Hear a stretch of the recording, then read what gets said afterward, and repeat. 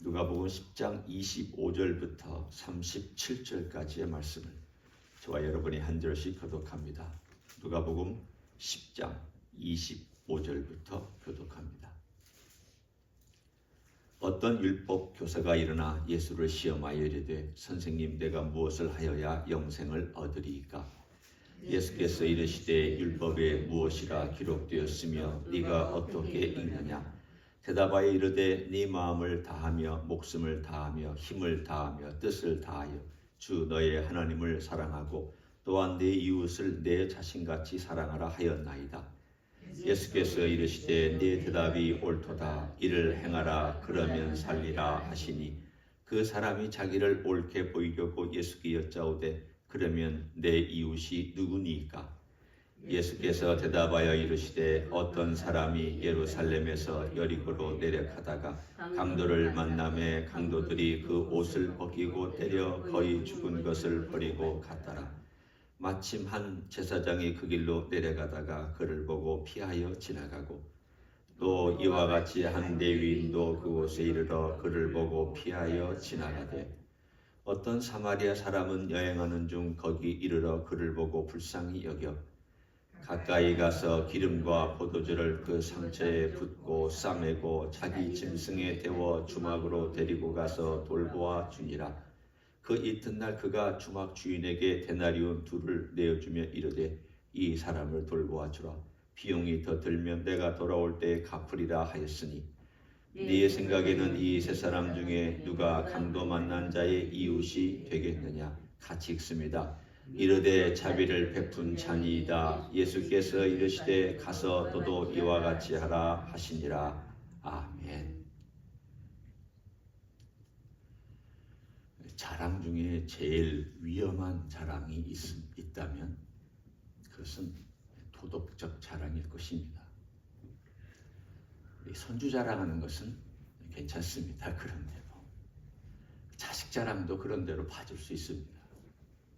그렇지만 내가 얼마나 선을 행했느냐, 내가 얼마나 종교적인 규율을 잘 지키고 이 세상에서 흠없이 살았느냐, 이걸 자랑하는 것은 정말 위험한 일입니다. 물론 우리가 그리스도인의 삶을 살 때 그렇게까지 잘 지킨다라고 자랑하는 사람은 많지는 않지만 그런 행여라도 이 정도면 됐지, 이 정도면 내가 예수 믿고 그냥 살면 됐지 라고 하는 그런 마음의 태도도 한편으로 보면 내가 그 정도 선에서 만족하고 사는 부분이기 때문에 위험할 수 있습니다. 오늘 여기 나와 있는 한 율법 교사가 그런 대표적인 예입니다. 이 성경에 보면, 다른 복음서에 보면 이 사람이 청년으로 소개됩니다.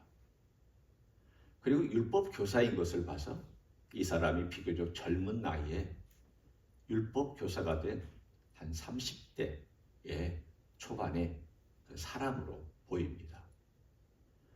그러니까 요즘으로 말하면 박사학위를 가지고 또 율법 교사니까 굉장히 높은 덕망이 있는 어떤 타이틀을 가지고 사람들에게 율법을 가르치는 위치에 있었습니다. 그 사람이 입는 옷도 다르고요, 걷는 걸음걸이도 다릅니다. 남들이 보면 선생님이시구나, 옷만 봐도 저분은 율법을 가르치는 훌륭한 분이구나. 그리고 때로 일주일에 2번씩 금식하고 또 하나님 말씀을 깊이 연구했기 때문에 우리가 저분한테 가서 물으면 뭐든지 대답해 줄 수 있는 그런 분이구나 라고 인정받는 젊은 청년이었습니다. 그 사람이 예수님께 와서 예수님, 어떻게 하면 영생을 얻을 수 있습니까? 이들에게 영생은 우리가 하는 것처럼 죽어 천국 가는 그런 영생이 아니라 이 세상에 메시아가 온 다음 메시아의 나라에 들어가서 메시아와 함께 영원히 사는 것을 그들은 영생이라고 생각을 했습니다. 조금 다르기도 하고 비슷한 점도 있습니다. 그러자 주님께서 율법에 어떻게 하여야 하느냐라고, 너 영생을 얻으려면 율법에서 뭐라고 그러느냐라고 그렇게 묻자 대답을 정확하게 했습니다. 율법 교사니까, 그리고 율법을 가르쳤으니까 핵심이 뭔지를 알고 있었습니다. 그런데 이 사람이 그렇게 말하고 나서는 주님께서 너 그렇게 하면 된다, 너 그러면 살 것이다 그러자 자기가 그렇게 살고 있다는 것을 드러내고 싶었습니다. 드디어 자랑이 나옵니다. 저는요, 기도도 잘하고요, 저는 성경도 잘 읽고요, 저는 구제헌금도 잘 내고요, 저는 필요하면 제가 할 수 있는 종교적인 의무와 규율도 잘 지키고 있습니다라고 아마 여기까지 자랑하고 싶은 마음이 올라왔습니다. 주님이 그걸 인정해 주기를 바랬던 것 같습니다. 아무래도 청년이니까 그런 마음이 있지 않겠습니까? 이런 분이 나를 인정해 주면 나는 최고의 인정을 받는 것이다 라는 그런 마음이 속에 가득 차 있었을 것입니다. 29절에 그렇게 나오고 있잖아요. 그 사람이 자기를 옳게 보이려고 예수께 여짜오되 그러면 내 이웃이 누구니까? 자랑하고 싶었죠. 인정받고 싶었죠. 어쩌면 청년으로서 그렇게 하는 것이 그렇게 우리가 생각할 것처럼 정말 밉상이다, 그건 아닌 것 같아요. 제가 볼 때도 청년이니까, 젊으니까, 그리고 나름대로 최선을 다해서 율법을 지키려고 애썼으니까, 아직 이 청년이 혹은 그 시대 사람이 그 시대의 종교적인 어떤 가림막에 가리워서 못 보고 있었다는 것은 불행한 일이지만 그 당대의 다른 사람들에 비해서 열심히 살았다는 것은 칭찬할 줄만 합니다. 주님이 이런 사람을 다 나쁘다고 한 것만은 아닙니다. 다른 복음서에 보면은 뭐라고 나온지 아십니까? 예수님께서 이 청년을 사랑했다고 나와 있습니다. 예수님도 귀하게 보셨습니다. 바꿔 얘기하면 너만한 애가 없다, 너만한 친구가 없다, 너 지키려고 애를 쓰는 거 내가 안다. 그런데 오늘 한 비유를 통해서 주님께서 그 이웃이 누구인지를 말씀해 주셨습니다. 한 가지 흥미로운 것은 저도 이번에 말씀을 생각하고 묵상하면서 생각한 건데, 주님께서 이 비유 가운데 바리새인의 예를 안 들었어요. 이 율법 교사는 바리새인입니다. 이 비유에 나와 있는 좀 나쁜 사람들이 누구죠?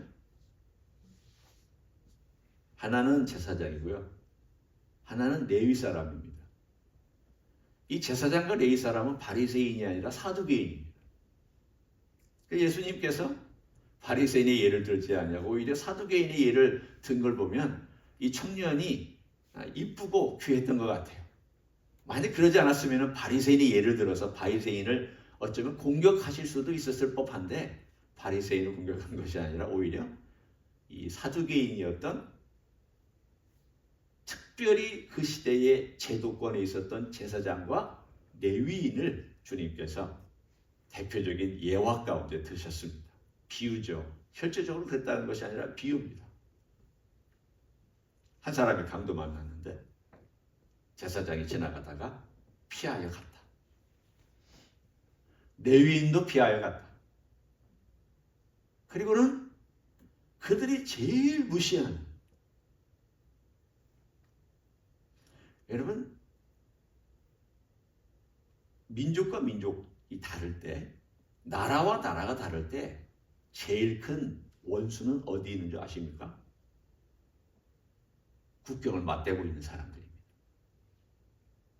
미국하고 캐나다는 좀 예외고요, 미국하고 멕시코는 예외이고요, 그것을 제외한 모든 나라들은 다 국경을 맞대고 있는 나라들이 다 원수들입니다. 왜냐하면 이해와 갈등과 민족적인 차이와 문제가 계속 일어나기 때문입니다. 유대인이 제일 싫어하는 사람이 이방인보다 사마리아인입니다.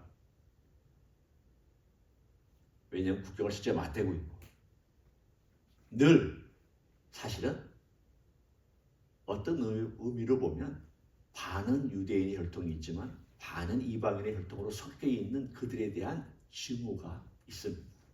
사실은 그들 잘못도 아닌데 그렇잖아요. 왕들이 정치를 잘못해서 백성들이 그렇게 된 것이고 사실은 역사적으로 오래전에 거슬러 올라가다 보면은 이스라엘 왕들이 엉망이기 때문에 그 10지파가 망해서 끌려가고 어떤 사람은 남고 또 저 멀리 있는 이방 민족들 온갖 이방 민족들이 다 끌려와서 혼혈된 그런 민족으로 그 땅에 그들이 살았던 어떻게 생각하면은 힘없는 백성들이 사마리아인이 된 거죠. 자기가 사마리아인이 되고 싶어서 사마리아 된 사람이 어디 있습니까? 그렇잖아요. 힘없는 사람들이잖아요. 그렇지만 이들이 여기 와서 그리심산이라는 곳에 올라가서 그래도 하나님을 섬긴다고 섬기고 제사도 드렸습니다. 수가의 우물가에서 사마리아 여인과 예수님이 나는 대화해보면 그런 말씀도 나오잖아. 역사적으로도 지금도 이 사마리아 땅의 그리심산에 올라가면 꼭대기에 철조망을 쳐놓은 곳이 있습니다. 그 철조망을 쳐놓은 곳이 옛날 그들이 제사를 드렸던 곳인데 지금도 그들은 그곳에 안 들어갑니다. 왜 안 들어가냐면 신성한 곳이라고 생각해서 못 들어갑니다. 안 들어가는 게 아니라. 그만큼 그 전통이라는 게 그들 속에 있었습니다. 옛날 우리가 유일신에게 제사를 드렸던 이곳은 함부로 인간이 발을 들여놔서는 안 된다. 한편으로 보면 그들도 종교적으로 대단히 열심히 섬겼습니다. 물론 왜곡되었지만 그 사마리아인이 무시당하고 저들은 왜곡되었고 잘못되었고 저들은 우리와는 전혀 다른 그야말로 오염된 민족인데 오늘 여기에 그 사람이 지나가다가 이 강도 만난 유대인을 돕습니다. 유대인을 도와요. 유대인의 지도자들은 안 돕는데 사마리아인이 돕습니다. 그리고 주님이 물어봅니다. 누가 이웃이냐? 그랬더니 오늘 정답이 나옵니다. 오늘 중요한 단어가 바로 37절에 있습니다. 이르되 자비를 베푼 자니이다. 그리고 33절 주님께서도 그 말씀을 비유 가운데 주셨습니다. 어떤 사마리아 사람은 여행하는 중 거기 이르러 그를 보고 불쌍히 여겨.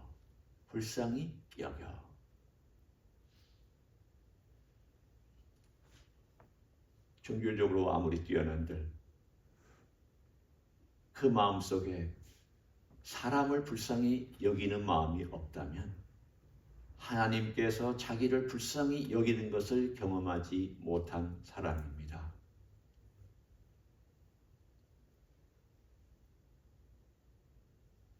사람에 대하여 긍휼을 베풀 줄 아는 사람, 그 사람이 강도 맞는 사람이든 그 사람이 나에게 손해를 끼친 사람이든 그 사람이 또는 그냥 내가 그냥 싫은 사람이든 어떤 사람이든지 간에 불쌍히 여기는 마음이 없고 자비를 베푸는 마음이 없고 은혜를 베푸는 마음이 없다면 내 속에 없다면 나는 하나님으로부터 은혜를 받은 사람이 아닙니다. 오늘 이 청년에게 주님은 굉장히 큰 도전을 하신 것입니다. 너는 그래 부지언급했다. 그리고 너 자비를 베푼 것, 너 이만큼 베푼 거 내가 안다. 그렇지만 하나님이 원하는 것은 네가 하는 것처럼 부지언금하고 조금 한 것 가지고 네가 자랑할 게 아니다. 하나님이 원하시는 것은 이만큼이다. 너는 이만큼 하고 인정받기를 원하지 않느냐. 하나님이 너를 볼 때 그래 너는 그래도 구제 안 하는 사람보다는 훨씬 낫지만 네가 그거 가지고 만족하면 그건 더 위험한 거다. 네가 조금 하는 거 가지고 이만하면 됐다라고 하는 건 정말 위험한 거다. 너 그렇게 하지 말고 하나님이 너를 향하여 해주신 것만큼 하고 하나님께서 너를 용서하신 만큼 너도 그렇게 해야 된다. 그리고 주님께서 이 청년에게 뭐라고 그러신지 아십니까? 여기 누가복음에 그게 안 나왔어요. 너 재산 다 팔고 나 쫓아라. 바꿔 얘기하면 너 그 재산 가지고 이 가난한 사마리아인이 가난한 사람, 강도당한 사람에게 했던 것처럼 너도 그 재산을 다 풀어서 한번 해봐라. 그게 네 마음에 지금 계속 걸려있어. 너는 많은 재산을 가지고 그 중에 아주 작은 일부를 부재연금으로 내고 있지만 너 그렇게 하지 말고 너 그게 우상이니까 너 그것 때문에 나를 쫓기가 어렵고 영생에 들어가기가 어려우니까 그거 다 팔아 주고 나를 쫓으면 그게 된다. 이 말은 여러분이나 제가 다 재산 없이 살아라 그 말은 아니에요. 그 청년에게 주님께서 주신 메시지였습니다. 이 비유와 함께 주신 메시지예요. 제가 마태, 마가, 누가복음 3개를 합쳐서 오늘 종합적으로 여러분에게 말씀해 드립니다. 그럼 우리는 어떻게 살아야 되느냐?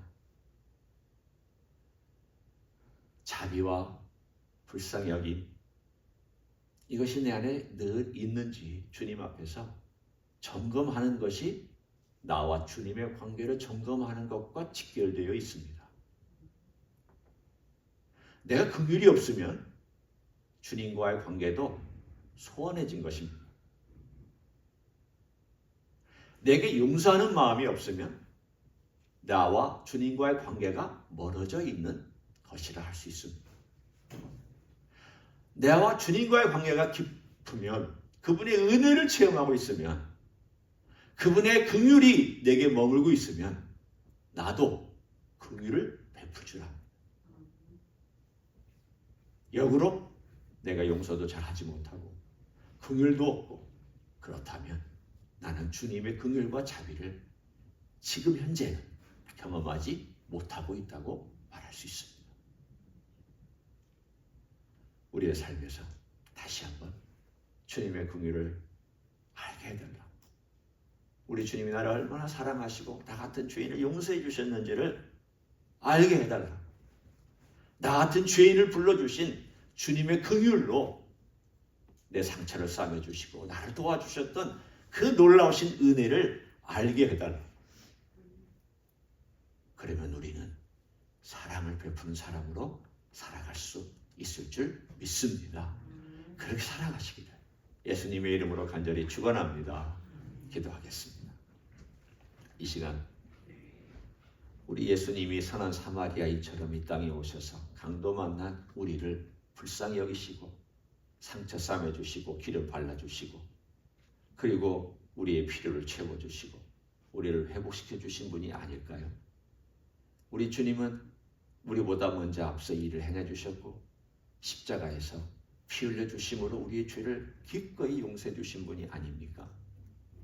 그 사랑과 그 은혜가 우리에게 크다면 우리도 그 사랑 때문에 그 사랑이 우리 안에 머물기 때문에 사랑하고 용서하고 긍휼 베풀고 도와주고 그리고 오래 참으며 살아갈 수 있지 않을까요?